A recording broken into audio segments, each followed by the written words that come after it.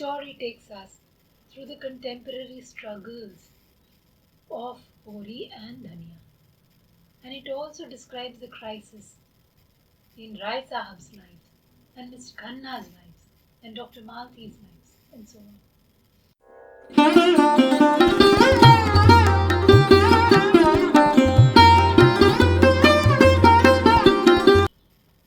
Hi.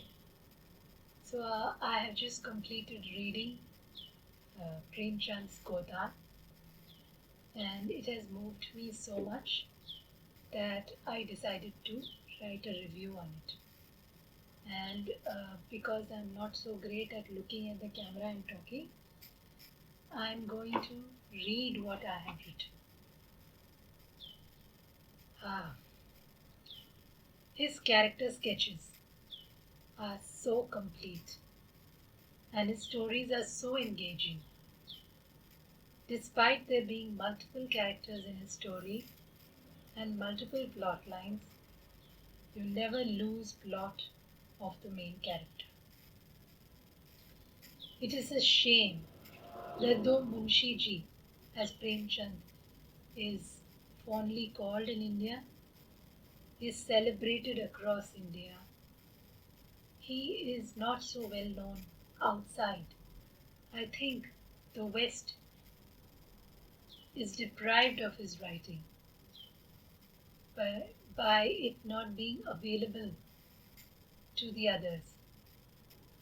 His story is written 100 years ago, before computers, before the internet, and even before India was free.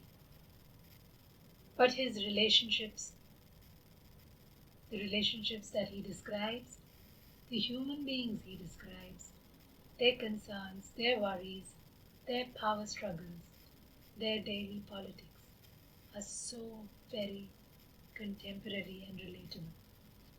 Without much ado, let me start on the story itself. The main characters are Hori and Dhania. Hori is a small-time farmer in a village called Semri. He is married to Dhania.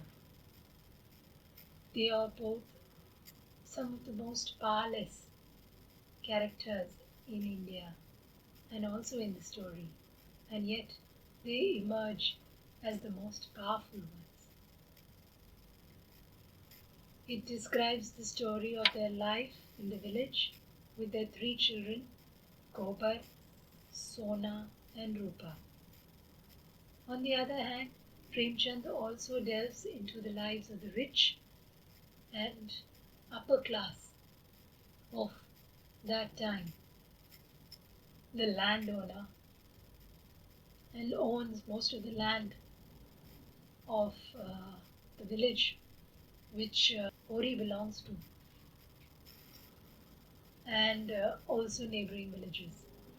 It describes the lives and activities of Rai Sahib's rich inner circle, comprising of Dr. Malti, Dr. Mehta, Mr. Khanna, Mirza Sahib, Mr. Tanka, etc. The story takes us through the contemporary struggles of Hori and Dhania, and it also describes the crisis in Rai Sahib's life and Mr. Khanna's lives and Dr. Malti's lives and so on. It is so wonderful how effortlessly Premchand describes the small talk of the village as well as the issues that drive their daily life and decision making. And he segues into the coquettishness and flirtishness between the upper class, the way they talk, and their concerns and priorities. It just shows how keen an observer and how deep his understanding of society is. He does justice to all his characters. He follows a plot line and gives it a conclusion, no matter how small or how insignificant we may feel that character is. He tries to expose the hypocrisy in humanity, notwithstanding the class or the circumstances they belong to.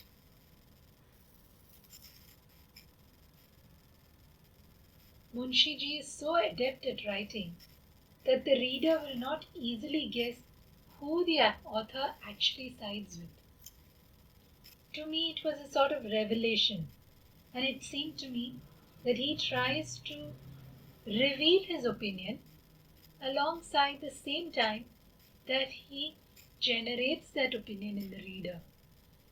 It is almost magic, and it is like a man who lived 100 years ago is talking to me directly.